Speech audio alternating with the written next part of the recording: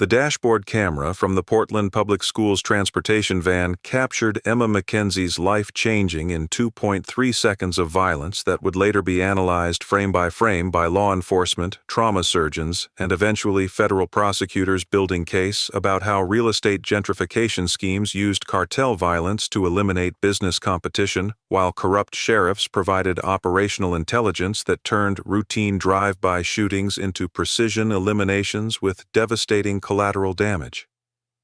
Emma was sitting in the third row of the van at 3:47 p.m. on a Wednesday afternoon, returning from Roosevelt Elementary where she'd just finished third-grade class, chatting with her best friend Sophia about the science project they were planning for next week, completely unaware that 4 blocks away Carlos El Cranio Vargas and 3 Black Skull Cartel Sicarios were preparing to ambush what they believed was rival developer Marcus Chen's armored SUV at the intersection where Emma's school van would arrive 17 seconds before their intended target.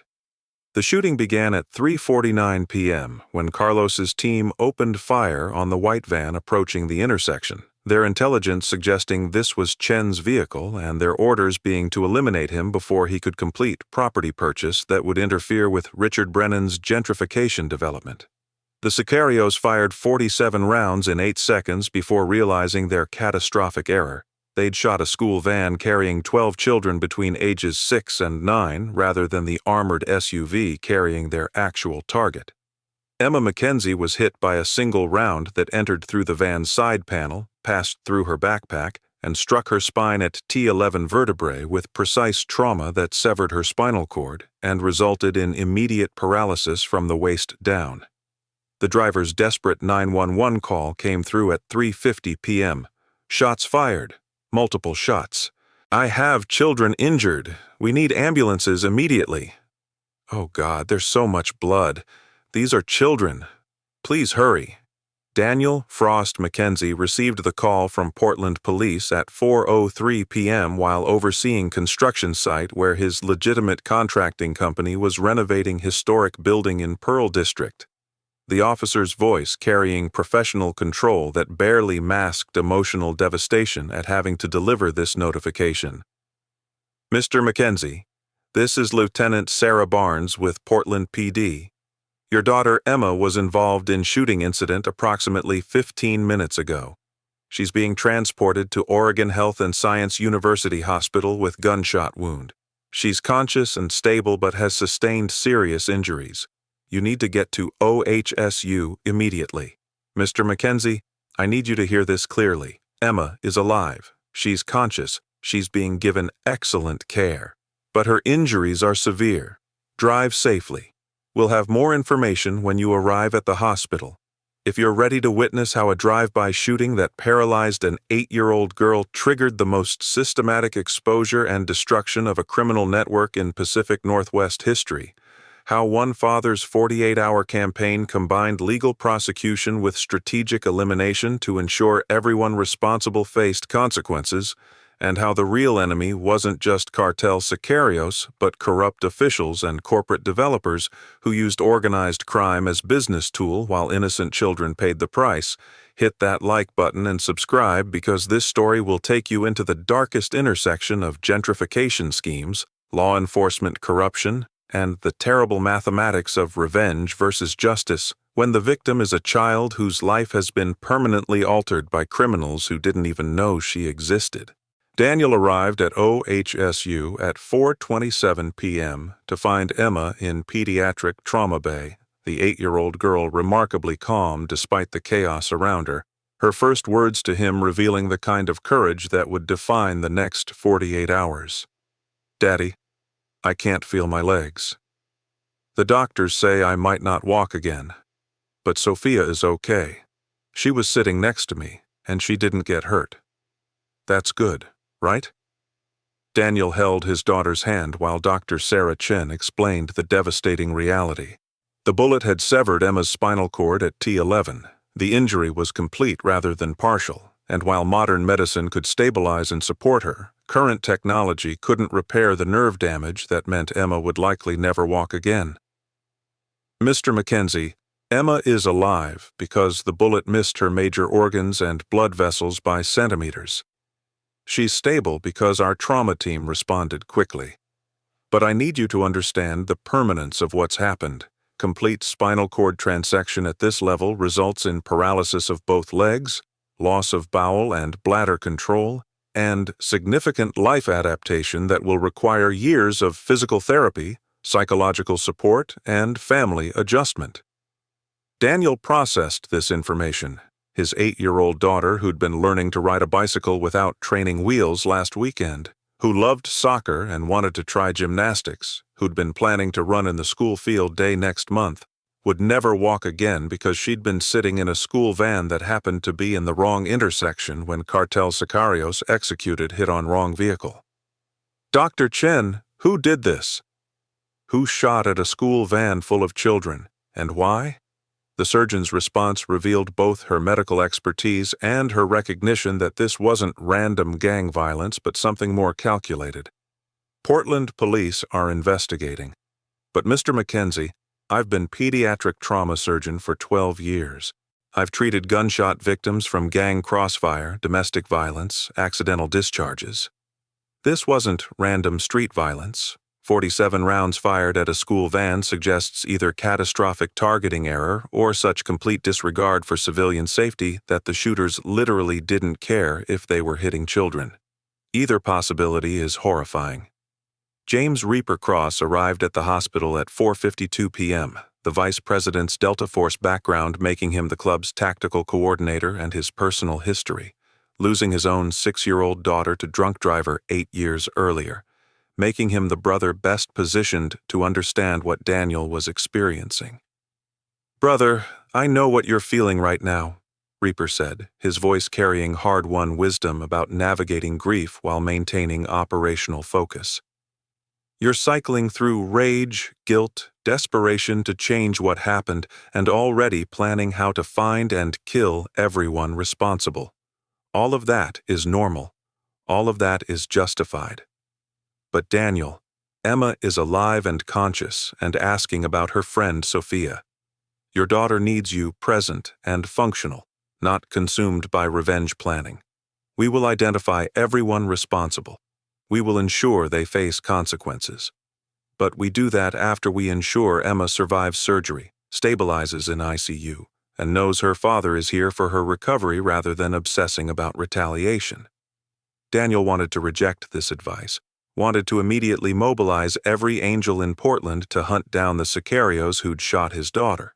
But watching Emma in the trauma bay, remarkably brave, concerned about her friend, processing life-changing injury with dignity that exceeded many adults, Daniel recognized that Reaper was right. "Brother, I need you to do something while I stay with Emma. I need you to start identifying who did this and why. School van shot in broad daylight isn't random gang violence. This was targeted hit that went catastrophically wrong. Find out who ordered it, who executed it, who provided intelligence that put Emma's van at that intersection at the exact wrong time. Build the complete picture. Because Reaper, when Emma is stable, when I know she's going to survive the next 72 hours, I'm going to systematically destroy everyone involved in this. Not just the Sicarios who pulled triggers, everyone who enabled them, everyone who gave orders, everyone who created situation where shooting at vehicles in populated area seemed acceptable risk." Agent Rachel Torres had been investigating real estate developer Richard Brennan for 18 months, building case about gentrification schemes that used intimidation, property damage, and occasionally violence to force sales from property owners who wouldn't accept Brennan's purchase offers. When the alert came through FBI channels about school van shooting in Portland, Torres's investigative instincts immediately recognized this might connect to Brennan's operations. The intersection where shooting occurred was 3 blocks from property that Brennan had been aggressively pursuing. The intended target, based on preliminary police investigation, appeared to be rival developer Marcus Chen, who'd been competing with Brennan for acquisition of that same property. And the timing coincided with Chen's scheduled property inspection that would have taken him through that exact intersection within minutes of when school van was shot. She pulled surveillance footage from businesses near the intersection and found something that made her blood run cold. The four Sicarios had been positioned at that location for 43 minutes before the shooting, suggesting they had specific intelligence about timing and route rather than opportunistic hit. Their vehicles had arrived separately and parked in positions that provided clear fields of fire at the intersection. And most damningly, 17 minutes before the shooting, one Sicario had received phone call that surveillance intercepts later revealed was from burner phone registered to account that FBI had been tracking in connection with Sheriff Tom Hendricks, county law enforcement official who'd been under investigation for providing protection to Black Skull cartel operations. This wasn't random gang violence, Torres told her supervisor during emergency briefing. This was coordinated hit on rival developer using cartel proxies with intelligence provided by corrupt sheriff that went catastrophically wrong when school van arrived at intersection before intended target. 8-year-old girl is paralyzed because real estate developer used organized crime to eliminate business competition. Sheriff Tom Hendricks received the panicked call from Richard Brennan at 5:34 p.m., the developer's voice carrying terror at understanding that his business elimination scheme had resulted in shooting of school children.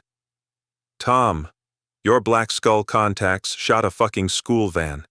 They hit 12 children. One girl might be paralyzed." This was supposed to be clean hit on Marcus Chen that looked like gang violence. Instead, your Sicarios shot children in broad daylight with dozens of witnesses and security cameras recording everything. How does this serve our interest in quietly eliminating Chen before he completes property purchase that blocks my development? Hendricks felt panic rising as he understood that operation he'd coordinated, providing Carlos Vargas with Chen's route and timing to enable what was supposed to appear as random gang hit, had failed spectacularly and had potentially exposed his 8-year role protecting Black Skull operations in exchange for their assistance eliminating obstacles to Brennan's gentrification schemes. Richard, Carlos was supposed to verify target before shooting. He was supposed to ensure clean elimination that appeared as gang crossfire rather than coordinated assassination.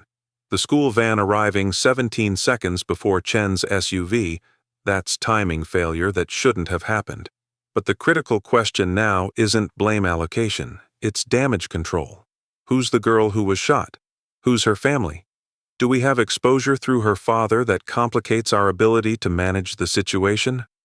Brennan's response revealed information that made their situation exponentially worse. The girl is Emma Mackenzie, 8 years old, 3rd grade at Roosevelt Elementary. Father is Daniel Mackenzie, president of Hells Angels Portland chapter. "Tom, we just paralyzed daughter of motorcycle club president in botched hit that was supposed to eliminate my business competitor. Mackenzie will mobilize every angel in the Pacific Northwest to find everyone responsible. And when he does, when he traces the shooting back to Carlos and Carlos provides testimony about our coordination, we're both facing conspiracy charges for hiring Cartel to eliminate business rivals and accidentally shooting children in the process." Tyler Wrench. Morrison sat in his garage at 6 p.m., knowing he'd just enabled a shooting that had paralyzed an 8-year-old girl, the weight of that realization crushing him more completely than any physical injury could have. 3 months ago, Black Skull Cartel had approached him about his $300,000 gambling debt that had accumulated through sports betting addiction he'd hidden from everyone, including his wife Sarah. They'd offered to forgive the entire debt in exchange for information about Angel's operations, specifically about daily routes and timing that might make members vulnerable to targeting if Black Skull wanted to send messages or eliminate problems. Tyler had provided Daniel's routine of driving Emma to school every morning and the school van's route bringing her home every afternoon, convincing himself this was just general intelligence that surely wouldn't be used to actually target a child. But watching news coverage of the school van shooting, understanding that his information about Emma's route had enabled Sicarios to position themselves at that intersection, realizing that Emma Mackenzie was paralyzed partly because intelligence he'd provided had put her exactly where cartel hitmen were operating, Tyler felt guilt and self-hatred consuming him. The text message that arrived at 6:23 p.m. from his Black Skull contacts made the situation worse. "Tyler, the Chen operation had complications. Police are investigating. We need to ensure no connections trace back to our coordination. Destroy any communications devices that contain our exchanges. If anyone asks about your debt forgiveness, claim you borrowed money from family to pay it off. Do not contact us. Do not attempt to confess or cooperate with authorities. Your wife Sarah's safety depends on your continued silence about our arrangement. Maria Vargas watched news coverage of the school van shooting with growing horror at understanding that her husband Carlos had just shot children, including Emma Mackenzie, the sweet, curious third grader who sat in the front row of Maria's class at Roosevelt Elementary and who'd been excitedly telling Maria that morning about the science project she was planning with her best friend. "Carlos, where were you this afternoon?" Maria asked when her husband returned home at 7:15 p.m., his face showing stress and barely concealed panic. "I was working," Carlos responded automatically, the rehearsed answer he'd used for years when cartel operations required alibis. But Maria had been married to him for 12 years, had learned to read the specific tension in his voice when he was lying about violence rather than just routine criminal business, and she recognized this tension as different. This was guilt rather than just operational stress. "Carlos, Emma Mackenzie was shot this afternoon.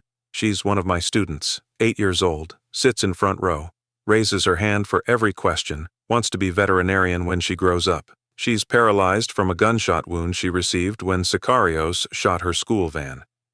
Carlos, you came home at the exact time you would if you'd been involved in shooting that happened at 3:49 p.m. and needed time to dispose of weapons and change clothes before returning. Were you there? Did you shoot at that van? Did you hurt my student?" Carlos felt his carefully compartmentalized life, cartel enforcer who committed violence, devoted husband who protected Maria from knowing about that violence, collapsing as his wife's teacher instincts forced him to confront exactly who he'd hurt and why. "Maria, I was there, but I didn't know it was school van. We were told we were hitting rival developers' armored SUV. The intelligence we received said our target would be driving white van through that intersection at 3:49 p.m. We positioned, waited, shot the white van that arrived at exactly that time. Only after we'd fired 47 rounds did we realize we'd hit school van instead of our intended target. Emma wasn't supposed to be there. Children weren't supposed to be anywhere near the operation. But our intelligence was wrong, or our timing was wrong, or something went catastrophically wrong, and now an 8-year-old girl is paralyzed because I followed orders without verifying target adequately." Maria Vargas stared at her husband with expression that cycled through disbelief, revulsion, and finally the devastating moral clarity that her marriage couldn't survive what he'd just confessed. "Carlos, Emma Mackenzie asked me yesterday if I thought her father would like the drawing she made of a motorcycle for Father's Day. She was so excited to give it to him. She was planning to surprise him this weekend, and you shot her. You paralyzed an 8-year-old child who sits in my classroom every day, who trusts me to keep her safe, who was riding home from my school when you opened fire without bothering to verify you were shooting the right vehicle. How do I go back to Roosevelt Elementary on Monday? How do I face Emma's empty desk? How do I teach her classmates who witnessed their friend being shot? Carlos, you didn't just destroy that child's life. You destroyed mine too because I can't be married to someone who shoots children and calls it operational error." Carlos felt his world fracturing as he understood that Maria, the only person who'd made him feel like more than just cartel enforcer, who'd represented the possibility of legitimate life beyond violence, could never forgive him for this. "Maria, I didn't know. If I'd known it was school van, if I'd seen children, I would have aborted the operation regardless of consequences. But our intelligence was specific. White van, that intersection, 3:49 p.m. Rival developer who'd been interfering with Brennan's property acquisitions. We followed protocol. We executed assignment as ordered. The error wasn't mine. It was whoever provided timing information that put school van at that location at exact wrong moment." Even as he spoke, Carlos recognized how hollow this sounded. Shifting blame to intelligence sources didn't change that he'd fired automatic weapon at vehicle in populated area without adequate target verification. that his operational convenience had been prioritized over civilian safety, that Emma's paralysis was direct result of his failure to ensure he was shooting the right target. Maria's response revealed the teacher's instinct to protect students that would ultimately destroy her husband while potentially saving other children. Carlos, you're going to provide testimony that destroys Richard Brennan's operation and everyone who's been coordinating these hits. You're going to document every business elimination you've participated in. You're going to explain how Sheriff Hendricks provides intelligence and protection. You're going to give prosecutors everything they need to ensure Emma's shooting becomes catalyst that exposes systematic use of cartel violence for real estate profit. That doesn't undo her paralysis, but it means my student's suffering wasn't completely meaningless. You're going to prison for a very long time. Our marriage is over. But maybe, you can become someone whose final choices were better than the choices that paralyzed an 8-year-old girl who just wanted to surprise her father with a Father's Day drawing. Agent Rachel Torres coordinated emergency meeting with FBI leadership and Portland police at 8 p.m., her presentation making clear that Emma Mackenzie's shooting represented opportunity to dismantle criminal network that her investigation had been building evidence against for 18 months. Emma Mackenzie wasn't the intended target. She was collateral damage when Black Skull cartel Sicarios shot school van believing it was rival developer Marcus Chen's vehicle. But this shooting connects to systematic pattern we've been investigating. Richard Brennan using cartel violence to eliminate business competition in gentrification scheme worth $200 million. Sheriff Tom Hendricks providing operational intelligence and protection. At least 7 previous accidents or gang violence incidents that removed obstacles to Brennan's property acquisitions. Emma's shooting is different only because it was so catastrophically wrong that it's impossible to dismiss as random gang activity. We have 47 rounds fired at school van with children inside. We have surveillance footage showing Sicarios positioned with specific intelligence about timing and route. We have communications between Sheriff Hendricks and Black Skull contacts. This is our chance to expose the entire network. The challenge Torres described was temporal. Carlos Vargas and his Sicarios would likely flee or be eliminated by their own organization to prevent testimony. Richard Brennan would destroy evidence and establish alibis. Sheriff Hendricks would use his law enforcement position to obstruct investigation. We have maybe 48 hours before the network either collapses into Mexico or gets destroyed by Brennan covering his tracks. We need to move faster than normal investigative protocols allow. We need coordinated arrests. We need to secure Carlos Vargas and his team before Black Skull eliminates them. And we need to do all of this while managing Daniel Mackenzie's inevitable retaliation. He's Hells Angels president, whose 8-year-old daughter was just paralyzed. He will respond with overwhelming force. Our challenge is channeling that response toward legal prosecution rather than vigilante massacre that makes our case impossible to prosecute. Daniel Frost Mackenzie held his daughter's hand in pediatric ICU at 9 p.m., Emma sleeping fitfully after emergency surgery that had stabilized her spine but couldn't repair the severed nerves that meant she'd never walk again. Dr. Sarah Chen had explained the long-term reality. Emma would require wheelchair for mobility, extensive physical therapy to build upper body strength and manage remaining muscle function, psychological counseling to process traumatic injury and permanent disability, and family support that would test everyone's emotional resources. Mr. Mackenzie, Emma will adapt better than you might expect, Dr. Chen said, her pediatric experience providing framework for understanding resilience in children facing catastrophic change. Children are remarkably capable of accepting new reality and finding ways to thrive despite limitations. Your challenge isn't whether Emma can adjust, it's whether you can adjust without letting rage about what happened to her consume you to the point where she loses her father to revenge obsession rather than gaining his support through her recovery. James Reaper Cross entered the ICU room at 9:34 p.m. with intelligence that would shape Daniel's response over the next 48 hours. complete identification of everyone involved in Emma's shooting, from the 4 Sicarios who pulled triggers to Richard Brennan, who'd ordered the hit, to Sheriff Hendricks, who'd provided operational intelligence. Brother, I've been coordinating with Agent Torres. She's FBI investigator who's been building case against Brennan for 18 months. She has evidence that Emma's shooting was botched hit on rival developer, that Brennan has been using Black Skull Cartel to eliminate business competition, that Sheriff Hendricks has been providing protection and intelligence. Torres wants to coordinate with us. She secures evidence and testimony.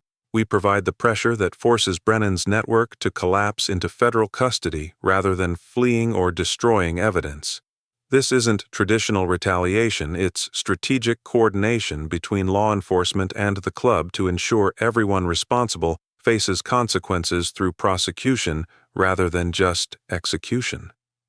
Daniel processed this with tactical mind that recognized the wisdom while struggling against emotional need for immediate violence.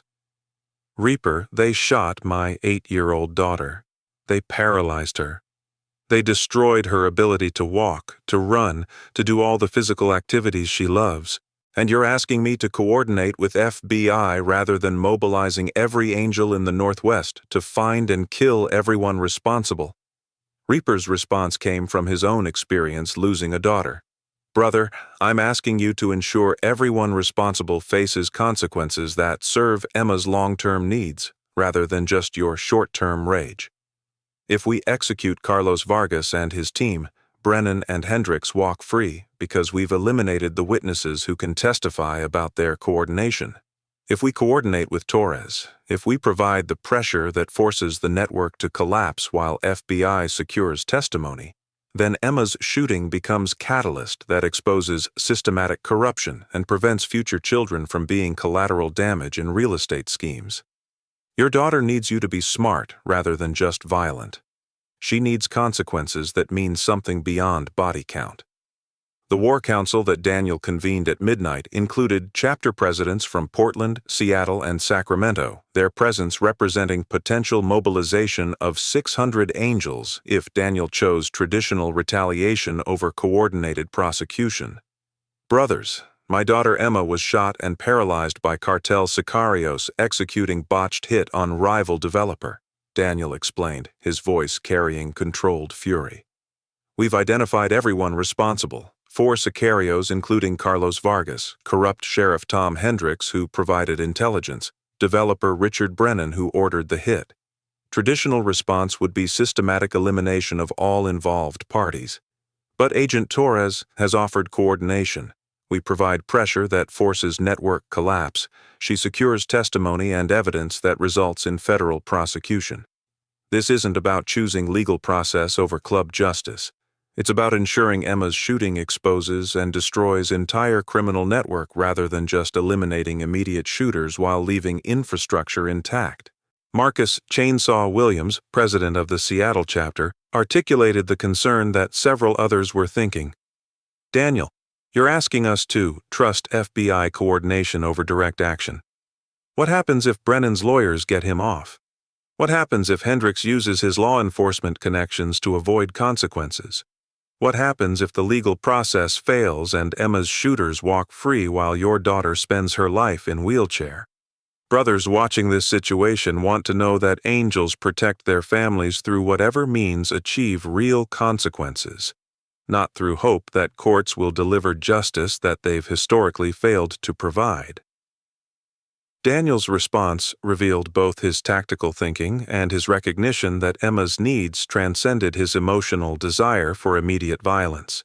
Chainsaw, if legal process fails, if Brennan and Hendricks avoid consequences through corruption or lawyer competence, then we revert to traditional response with complete intelligence about everyone involved. But we try coordination first because Reaper's right. Emma needs consequences that prevent future children from being shot in real estate schemes, not just revenge that eliminates this specific set of shooters. We have 48 hours. We coordinate with Torres. We provide the pressure that forces Brennan's network to collapse. We ensure Carlos Vargas and his team enter federal custody rather than fleeing to Mexico. And if at hour 48 the legal process hasn't delivered, We reassess and respond accordingly. That's not weakness. It's strategic patience that serves Emma's long-term interests. Tyler Wrench. Morrison walked into Daniel's hospital room at 2 a.m. with confession that would either get him killed immediately or provide the intelligence breakthrough that would expose Sheriff Hendricks's role in coordinating the shooting. "Daniel, I need to tell you something that's going to make you want to execute me in this hospital. 3 months ago, Black Skull approached me about my gambling debt, $300,000 that I'd hidden from everyone including Sarah. They offered complete debt forgiveness in exchange for information about club operations and family routines. I provided Emma's school route and timing. I enabled them to position at that intersection knowing when she'd be there.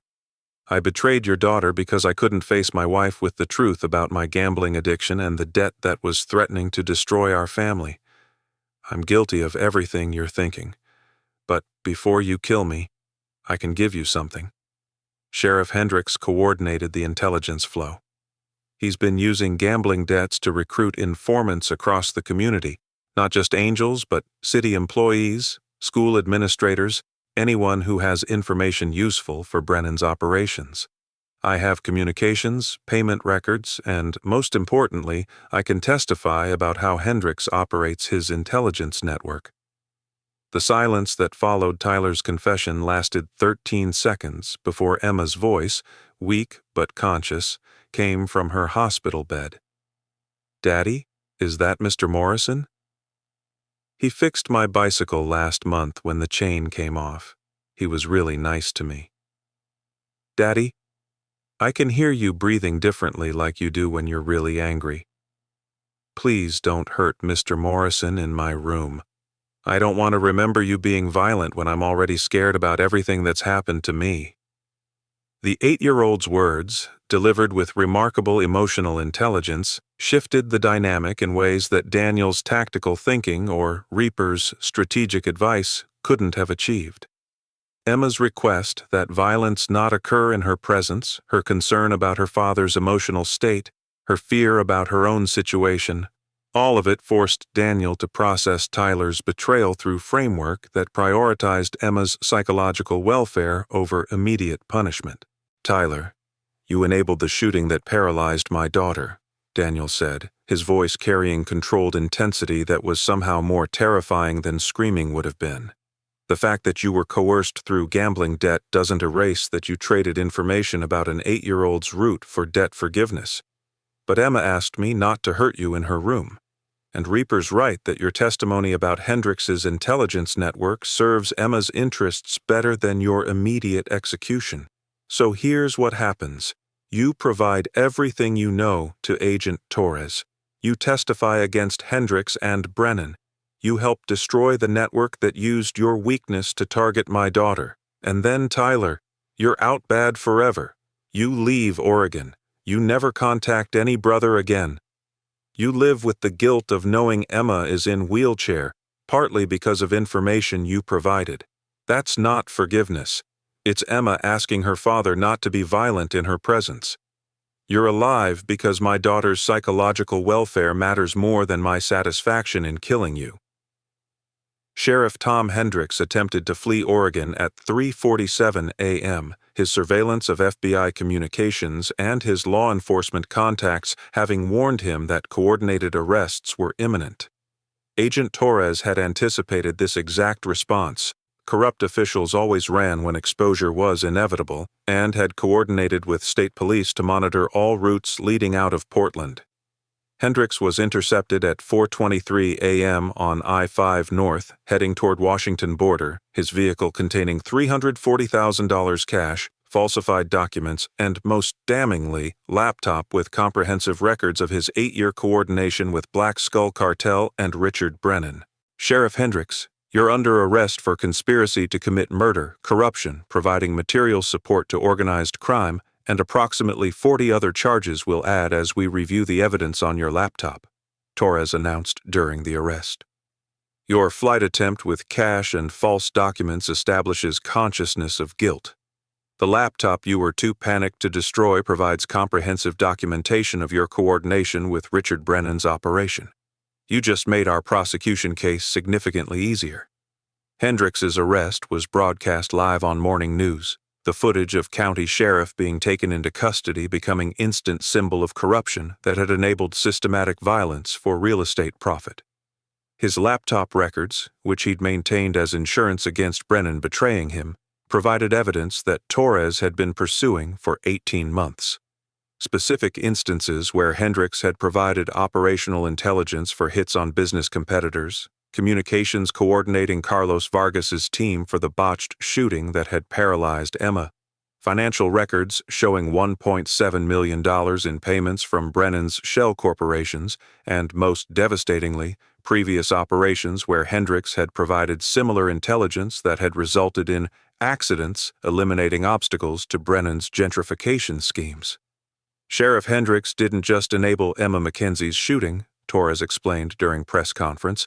He coordinated systematic use of cartel violence for real estate profit over 8 years. We've identified 7 previous incidents where his intelligence enabled eliminations that appeared as random gang violence or accidents. Emma's shooting is different only because it was so catastrophically wrong that Hendrix's role became impossible to hide. Richard Brennan watched the news coverage of Hendrix's arrest from his downtown Portland penthouse with understanding that his carefully constructed empire was collapsing and that he had perhaps 12 hours before FBI teams executed warrants on his offices, homes, and financial accounts.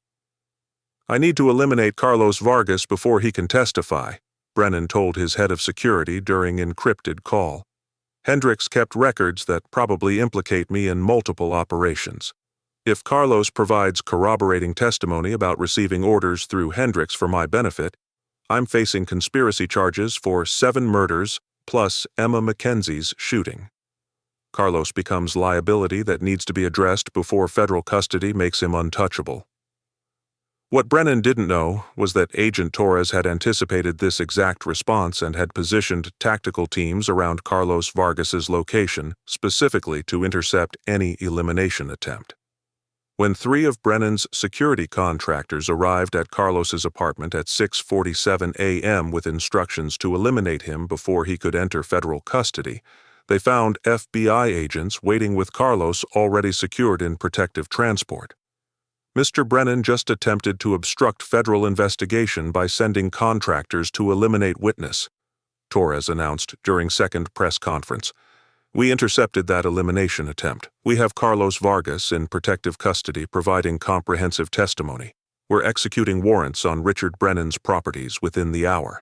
This investigation has moved from building evidence to active prosecution of systematic conspiracy that used cartel violence for real estate profit and accidentally paralyzed 8-year-old child in the process. Maria Vargas arrived at Daniel McKenzie's hospital room at 8 a.m. with Emma's classmates' cards and drawings, the elementary teacher having organized her 3rd graders to create get-well messages for their injured friend despite her own devastation at understanding that her husband had caused Emma's paralysis. "Mr. McKenzie, I'm Maria Vargas. I teach Emma's class at Roosevelt Elementary. I need you to know that Emma is special, curious, kind, always raising her hand to participate, always concerned about other students. Her classmates made these cards for her. And Mr. McKenzie, I need to tell you something that's going to be difficult. My husband Carlos is the man who shot Emma. He confessed to me last night. He didn't know it was school van. He thought he was hitting rival developer.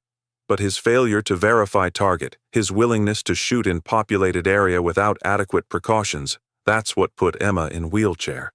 Carlos is providing testimony to FBI about Richard Brennan's operation.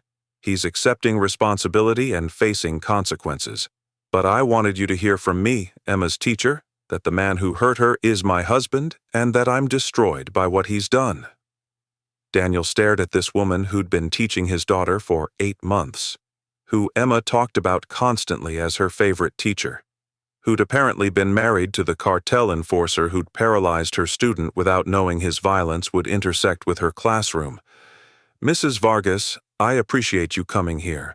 I appreciate your honesty. But your husband shot my 8-year-old daughter 47 times, or his team did while he coordinated. Emma will never walk again because Carlos didn't bother to verify he was shooting the right target. The fact that he's now providing testimony doesn't undo her paralysis. And the fact that you're her teacher doesn't change that you're married to the man who destroyed her mobility. Emma's voice interrupted from her bed, weak but clear. Daddy, Mrs. Vargas is my favorite teacher. She helped me with my reading when I was struggling. She always picks me for special jobs. Please don't be mean to her because of what Mr. Vargas did. That's not fair. The coordinated arrests of Richard Brennan and his remaining security contractors happened at 9:34 a.m. with FBI tactical teams executing warrants on multiple locations simultaneously. Brennan was found in his penthouse preparing to flee, his attempted destruction of evidence captured on security cameras that FBI had been monitoring for 48 hours. Richard Brennan, you're under arrest for conspiracy to commit murder, racketeering, corruption, and obstruction of justice, Torres announced. You used Black Skull Cartel to eliminate business competitors in gentrification scheme worth $200 million. You coordinated with Sheriff Hendricks to provide operational intelligence. You ordered hit on Marcus Chen that resulted in school van being shot and Emma Mackenzie being paralyzed. You attempted to eliminate Carlos Vargas to prevent his testimony. We have comprehensive evidence from Hendricks's laptop, Carlos's testimony, financial records, and surveillance documentation. You're facing multiple life sentences. Brennan's perp walk was broadcast nationally. The footage of successful real estate developer being arrested for using cartel violence to eliminate business competition, becoming symbol of how gentrification schemes sometimes employed criminal methods while maintaining corporate respectability. His attorneys attempted to negotiate cooperation agreement, but Torres refused. Mr. Brennan, you paralyzed an 8-year-old child in botched hit on rival developer. You coordinated 7 previous eliminations that killed business competitors. You corrupted county sheriff and used organized crime as business tool. There is no cooperation valuable enough to justify anything less than ensuring you die in federal prison. The only question is whether you receive 8 consecutive life sentences or face federal death penalty. The second assassination attempt on Emma Mackenzie came 68 hours after the initial shooting, executed not by Black Skull Cartel following organizational orders, but by desperate remnants of Richard Brennan's security network, who understood that eliminating the 8-year-old witness, whose shooting had catalyzed the entire federal investigation, represented their only chance to undermine prosecution by creating sympathy narrative that Angels had manufactured evidence through intimidation rather than legitimate investigative work. 2 contractors entered OHSU Pediatric ICU at 2:47 a.m. using stolen hospital credentials, their weapons concealed, their plan being to stage Emma's death as medical complication or equipment failure that would appear as tragic consequence of her initial injuries rather than deliberate assassination. James Reaper Cross was positioned outside Emma's room as he had been for 72 continuous hours, his Delta Force training and his personal experience losing a daughter making him the brother Daniel trusted completely to protect Emma when he couldn't be present. Reaper's tactical instincts screamed warnings when he noticed the 2 medical staff approaching Emma's room at an hour when routine checks weren't scheduled, their body language carrying tension that suggested hostile intent rather than healthcare purpose. Identify yourselves and your business in this unit, Reaper said, his voice carrying command authority that came from 20 years of military service. The first contractor's response was drawing his weapon, a suppressed pistol designed for quiet elimination, and the engagement that followed lasted 11 seconds of close-quarters violence in a pediatric ICU where sleeping children and exhausted parents occupied rooms along the corridor. Reaper's first shot hit the lead contractor before the man could acquire Emma's door as target, the round dropping him immediately but also triggering response from the second contractor who'd positioned himself with clear angle on Reaper's defensive position. The exchange of fire, both men using suppressed weapons to minimize acoustic signature that would terrify pediatric patients, resulted in Reaper taking 2 rounds to his chest, his body armor stopping one but the second finding the gap near his shoulder and striking his subclavian artery. Reaper's final shots eliminated the second contractor, even as he was collapsing from his own wound, his Delta Force training allowing him to maintain accuracy despite catastrophic blood loss. He died on the floor outside Emma Mackenzie's room at 2:51 a.m., his last act ensuring that the 8-year-old girl sleeping 15 feet away never knew how close she'd come to being murdered, or how completely he'd sacrificed himself to prevent that outcome. Daniel found his vice president and closest friend bleeding out in the hallway at 2:54 a.m. when hospital security alarms drew him from the family waiting room where he'd been reviewing Agent Torres's prosecution timeline. "Reaper, stay with me," Daniel said, applying pressure to wounds that his combat first aid training told him were unsurvivable, the arterial damage too severe and the blood loss too rapid for medical intervention to arrive in time. "You did it, brother. You stopped them. Emma's safe. You protected her. Just hold on until the trauma team gets here. You're not dying in a fucking hospital hallway after surviving Delta Force deployments and 20 years of club life." Reaper's response came through labored breathing that signaled seconds rather than minutes remaining. "Daniel, I'm done. I can feel it. But listen, Emma's safe.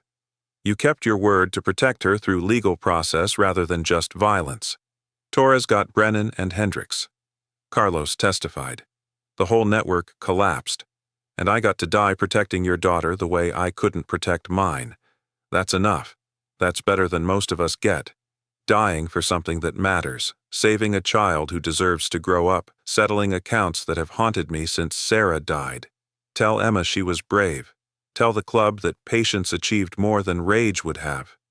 And Daniel, tell my ex-wife that I died thinking about Sarah and hoping I'd finally done something that made up for not being there when that drunk driver hit her."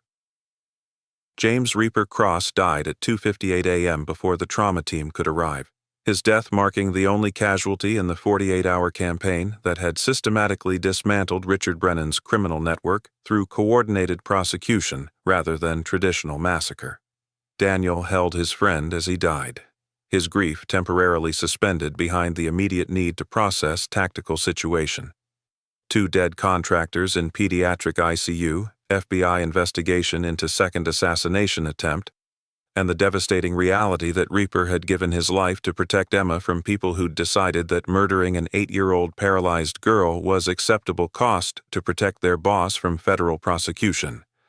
Agent Rachel Torres executed emergency warrants on the remaining members of Brennan's security network within 3 hours of the hospital assault, her tactical teams conducting coordinated raids that resulted in 17 arrests of contractors who'd been involved in various aspects of Brennan's operations, including the attempted elimination of Emma Mackenzie. Richard Brennan ordered this second attempt from federal custody, Torres announced during press conference that detailed the conspiracy. He used encrypted communications through his attorney to coordinate elimination of Emma Mackenzie, an 8-year-old child who was already paralyzed from his first botched operation. James Cross, vice president of the Hells Angels, died preventing that assassination. He gave his life to protect a child from people who'd already destroyed her ability to walk and now wanted to ensure she couldn't testify about the systematic corruption that had caused her injuries. The media coverage that followed Reaper's death and Emma's near assassination shifted public narrative dramatically. What had begun as story about Cartel shooting school van evolved into comprehensive documentation of how real estate gentrification schemes employed organized crime for business elimination, while corrupt officials provided protection and intelligence, and how an 8-year-old girl's paralysis had exposed systematic network that had been operating with near impunity for 8 years. National news outlets interviewed Emma's classmates, broadcast Reaper's military service record, and his history of losing his own daughter, and most significantly, detailed how Daniel Mackenzie had chosen coordinated prosecution over traditional retaliation despite every emotional instinct demanding immediate violence. "My daughter was paralyzed by Cartel's Sicarios executing hit for real estate developer," Daniel said during rare on-camera interview that Torres had requested to demonstrate Angel's cooperation with federal investigation. Traditional response would have been systematic elimination of everyone involved, for Sicarios, corrupt sheriff, developer who ordered the hit. Instead, we coordinated with FBI to ensure everyone faced legal consequences through prosecution that exposed entire criminal network rather than just eliminating immediate shooters. My Vice President James Cross died protecting Emma from second assassination attempt ordered by Richard Brennan from federal custody. That's what the patch means. Not just revenge, but strategic response that serves our family's long-term interests while dismantling systems that make similar violence possible. The funeral that the Angels organized for James Reaper Cross drew 30,000 people. Bikers from across North America, Delta Force veterans from his military service, families of children he'd protected through various community programs, and Emma Mackenzie herself attending in her wheelchair with assistance from her father and Dr. Sarah Chen, who'd cleared her for brief attendance despite ongoing medical fragility. Emma had insisted on attending despite Daniel's concerns about exposing her to emotional intensity and physical demands. "Daddy, Mr. Cross died protecting me. I need to say thank you even if he can't hear me."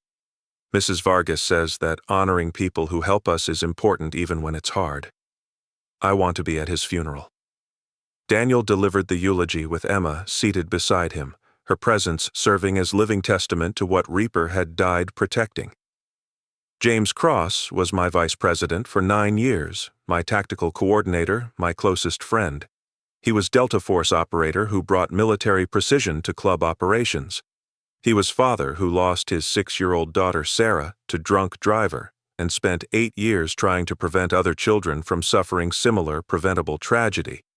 And he died in pediatric ICU hallway, stopping 2 contractors from assassinating my 8-year-old daughter Emma, contractors sent by Richard Brennan to eliminate the child whose shooting had exposed his entire criminal network.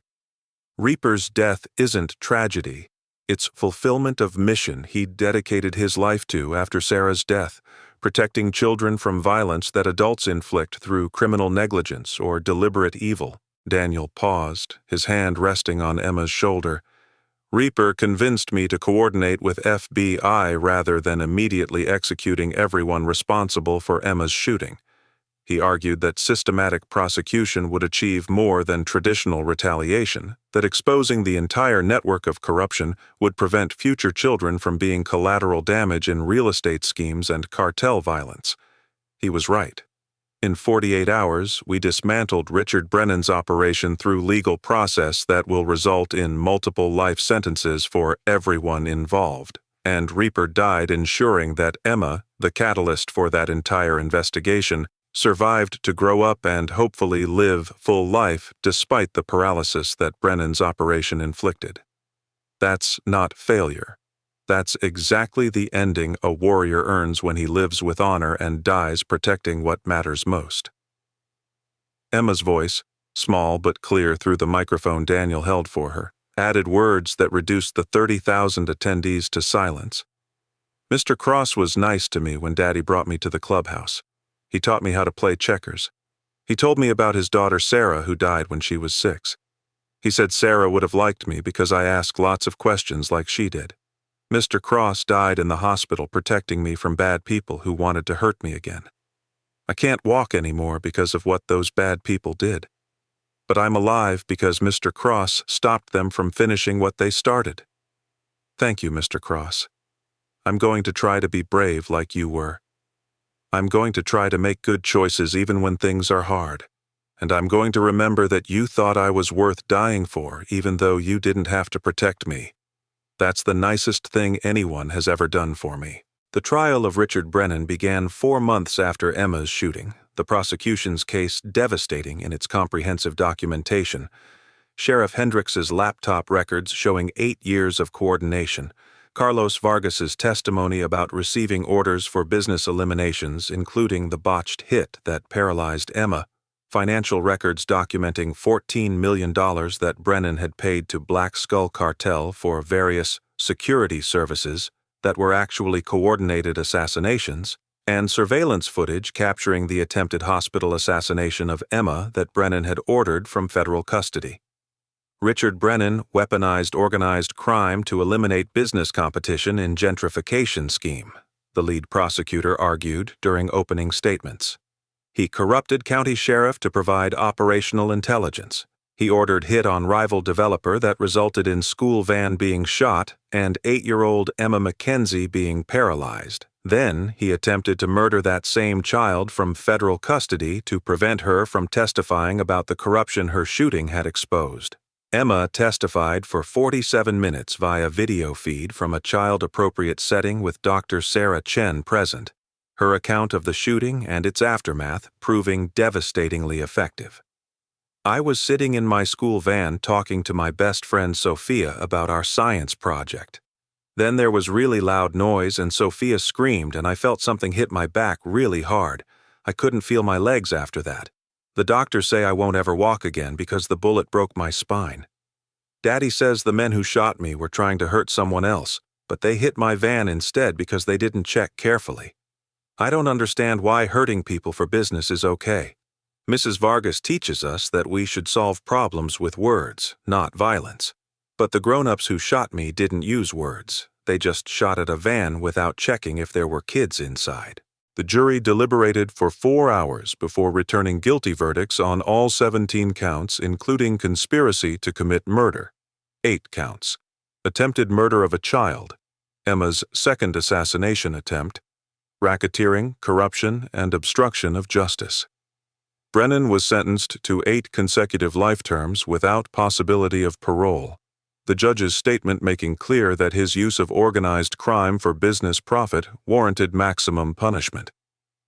Mr. Brennan, you built a real estate empire on the corpses of business competitors you had eliminated through cartel violence. You paralyzed an 8-year-old child in botched hit-on rival developer. You then attempted to murder that same paralyzed child from federal custody to prevent testimony that exposed your corruption. You represent the worst elements of capitalism perverted into organized crime. You will spend the rest of your life in federal supermax prison with absolute certainty that you will die there as punishment for turning business competition into murder conspiracy. Sheriff Tom Hendricks pled guilty to all charges rather than face trial, his cooperation providing evidence that resulted in 14 additional arrests of law enforcement officials who'd been part of Brennan's protection network. He was sentenced to 35 years with eligibility for parole after serving 23. His testimony having been instrumental in dismantling the systematic corruption that had enabled 8 years of cartel violence for real estate profit. I accepted $1.7 million over 8 years to provide protection and operational intelligence for Richard Brennan's organization, Hendricks said during his sentencing hearing. I gave Black Skull Cartel the route and timing information that put them at the intersection where Emma Mackenzie's school van was shot. I'm responsible for her paralysis as much as Carlos Vargas is. I can't undo what I did, but my cooperation has exposed corruption that reached into multiple law enforcement agencies and prevented future operations from using similar methods. I deserve 35 years for betraying my oath and enabling violence against children for real estate profit. Carlos El Cranio Vargas pled guilty to attempted murder, conspiracy, and racketeering charges, his cooperation with federal prosecutors earning him reduced sentence of 18 years with eligibility for parole after serving 12. His testimony had been instrumental in convicting Brennan, Hendricks, and 17 other conspirators, but his role in shooting the school van that paralyzed Emma meant that no amount of cooperation could fully mitigate his sentence. I shot at a white van believing it was rival developer's vehicle, Carlos said during his sentencing hearing with Maria present in the courtroom despite their divorce. I fired 47 rounds without adequately verifying my target. Emma Mackenzie was in that van. She's paralyzed because I prioritized operational efficiency over civilian safety.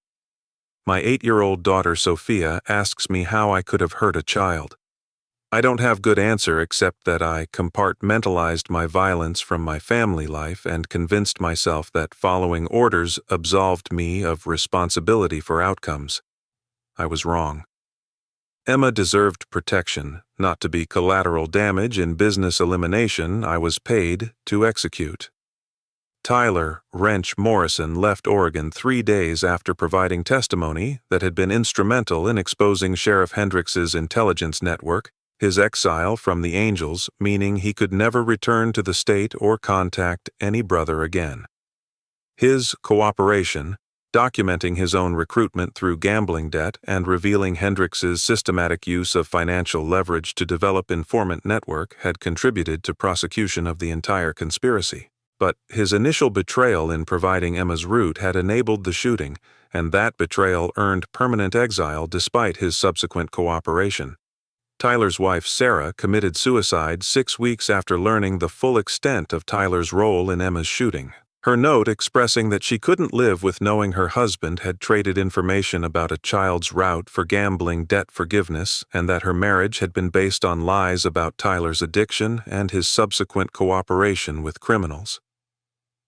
Sarah died because I destroyed our marriage through gambling addiction and then compounded that by betraying an 8-year-old girl to cover those debts, Tyler wrote in letter to Daniel that he sent but never expected response to. I provided Emma's route to Black Skull Cartel. I enabled them to position at that intersection. She's paralyzed partly because of information I gave them, and Sarah is dead because she couldn't live with being married to someone who'd do that. I'm sorry isn't enough. I know that.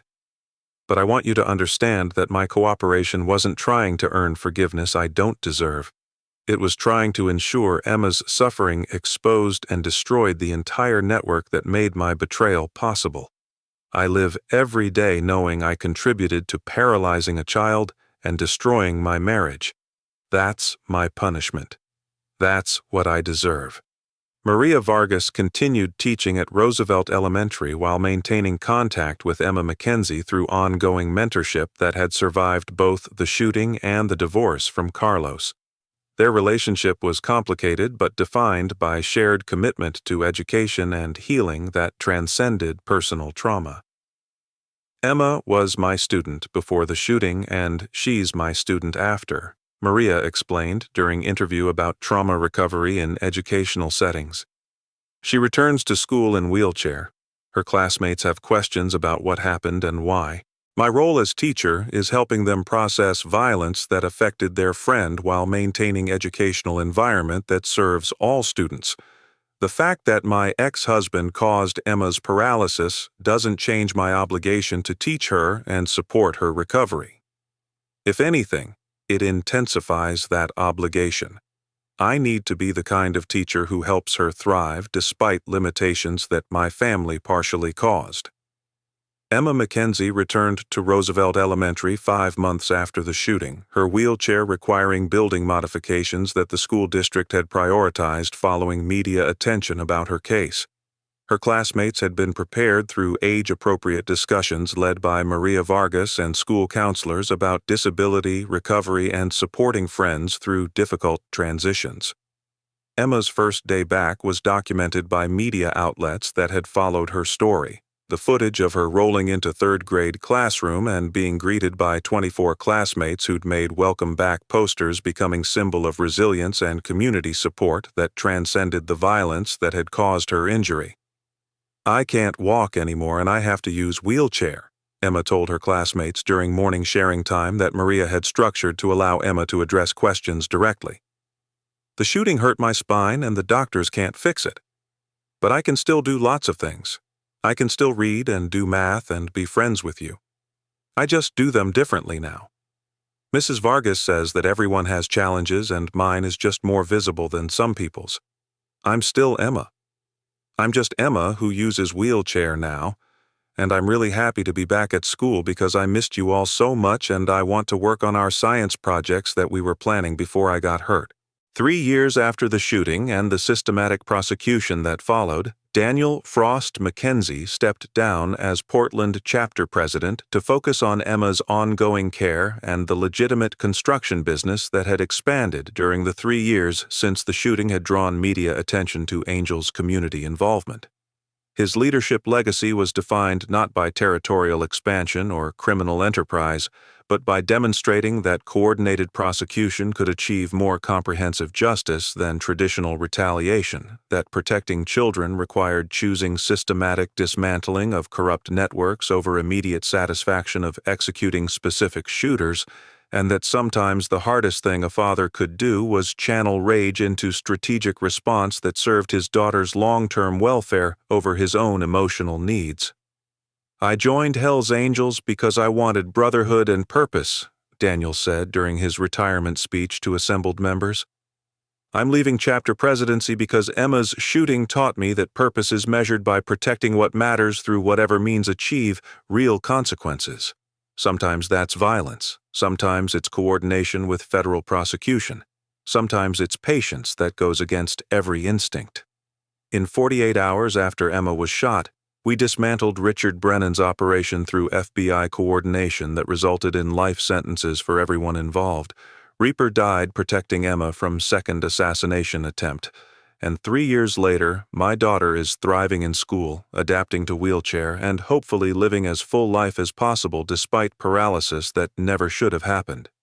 That's what the patch means, not just brotherhood or violence, but commitment to protecting our families through strategic response that creates real consequences while dismantling systems that make similar violence possible. Emma Mackenzie celebrated her 11th birthday surrounded by classmates, family, and the 3 remaining angels who'd been part of the protection detail that had guarded her throughout the federal prosecution. She'd adapted to wheelchair use with remarkable resilience that Dr. Sarah Chen attributed to combination of age. Children adapt better than adults to permanent physical changes, family support, and community embrace that made her disability one aspect of her identity rather than defining characteristic.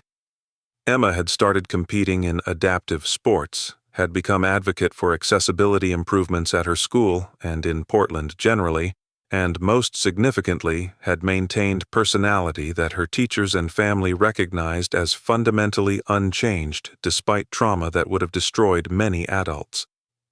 "The shooting changed my body, but it didn't change who I am," Emma said during interview for documentary about children affected by cartel violence. "I can't walk, and that makes some things harder. But I can still learn and play and be friends and do most things I want to do. I just do them differently now. Daddy says that Mr. Cross died protecting me, so I should try to make choices that honor his sacrifice. I think that means being brave when things are hard, being kind to people even when they're mean, and speaking up about things that are wrong even when grown-ups don't want to listen. The men who shot me went to prison. The corrupt sheriff went to prison. The developer who ordered it all went to prison. That's justice, and I'm still here learning and growing and hopefully making Mr. Cross proud even though he's not here to see it." Their story serves as reminder that real estate gentrification can employ criminal methods while maintaining corporate respectability, that children are often collateral damage in adult conflicts they didn't create and shouldn't have to endure, and that sometimes justice requires patience that transcends emotional needs for immediate revenge. Richard Brennan thought he could eliminate business competition through cartel violence coordinated with corrupt sheriff while maintaining legitimate business facade. He learned that accidentally paralyzing one 8-year-old girl triggered federal investigation that exposed 8 years of systematic corruption, that coordinating prosecution could be more devastating than traditional retaliation, and that attempting to murder that same paralyzed child from federal custody earned multiple life sentences with no possibility of redemption. If this story resonated with you, hit that like button and subscribe for more content exploring the intersection of corporate crime and organized violence, the resilience of children facing catastrophic injury, and the difficult choices parents make between revenge and justice when protecting their families. Share this with someone who needs to understand that sometimes the hardest thing a father can do is choose strategic prosecution over immediate violence, that children's welfare transcends adult needs for satisfaction through revenge, and that systematic dismantling of corrupt networks serves families better than simple execution of immediate threats. Emma Mackenzie was paralyzed in shooting meant for rival developer. Her father chose FBI coordination over traditional retaliation. James Cross died protecting her from second assassination attempt. And the combination, corporate corruption exposed, systematic prosecution achieved, child's resilience celebrated, defines the world where protecting our children sometimes requires patience that goes against every instinct, justice that takes longer than revenge, and recognition that our daughter's long-term welfare matters more than our immediate emotional satisfaction.